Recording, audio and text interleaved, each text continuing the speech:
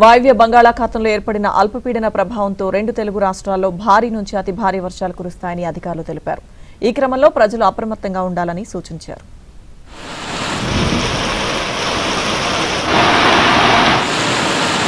వాయువ్య బంగాళాఖాతంలో ఒడిశా, పశ్చిమ బెంగాల్ తీరాల వెంబడి అల్పపీడనం ఏర్పడిందని, ఇది రాబోయే 2 రోజుల్లో పశ్చిమ వాయువ్య దిశగా కదిలి మరింత బలపడే అవకాశం ఉందని ఆంధ్రప్రదేశ్ విపత్తుల నిర్వహణ సంస్థ అధికారులు తెలిపారు. దీని ప్రభావంతో ఉత్తర కోస్తాలోని ప్రధాన పోర్టులో 3వ నెంబర్ ప్రమాద హెచ్చరిక జారీ చేశారు.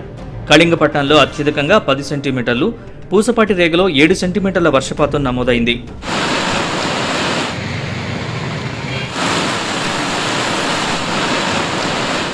శ్రీకాకుళం, విజయనగరం, విశాఖపట్నం, అనకాపల్లి, అల్లూరు జిల్లా, కాకినాడ జిల్లాలకు ఆరెంజ్ అలర్ట్ జారీ చేశారు.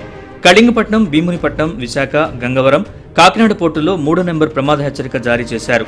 ఈ ప్రాంతాల్లో భారీ నుంచి అతి భారీ వర్షాలు పడే అవకాశం ఉందని వాతావరణ శాఖ తెలిపింది. వాయువ్య బంగాళాఖాతంలో ఉన్న ఉపరితల ఆవర్తనం ఈ రోజు ఉదయానికి అల్పపీడనంగా పరిణమించింది. పశ్చిమ వాయువ్య దిశలో రాబోయే 2 రోజులు పయనించి మరింత సుస్పష్టంగా మారే అవకాశం కనిపిస్తుంది. పలు ప్రాంతాల్లో తేలికపాటి నుంచి మోస్తరు వర్షపాతం తదుపరి 3 రోజులు కొన్ని ప్రాంతాలకు పరిమితమయ్యే అవకాశం ఉంది.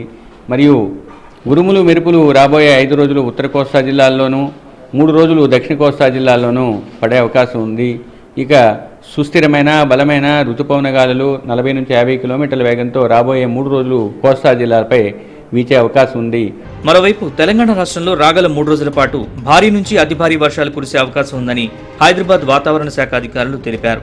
సోమవారం వాయువ్య బంగాళాఖాతం, దాని పరిసరాల్లో ఒడిశా, వెస్ట్ బెంగాల్ తీరాలకు సమీపంలో ఉపరితల ఆవర్తనం కొనసాగిందని, దీని ప్రభావంతో మంగళవారం ఉదయం అదే ప్రాంతంలో అల్పపీడన ప్రాంతం ఏర్పడిందని హైదరాబాద్ వాతావరణ శాఖ అధికారులు వెల్లడించారు. 2 రోజుల్లో రాష్ట్రంలోని చాలా జిల్లాల్లో ఉరుములు, మెరుపులతో గంటకు 30 నుంచి 40 కిలోమీటర్ల వేగంతో ఈదురు గాలులతో కూడిన వర్షాలు అక్కడక్కడా కురిసే అవకాశం ఉందని వాతావరణ శాఖ వెల్లడించింది.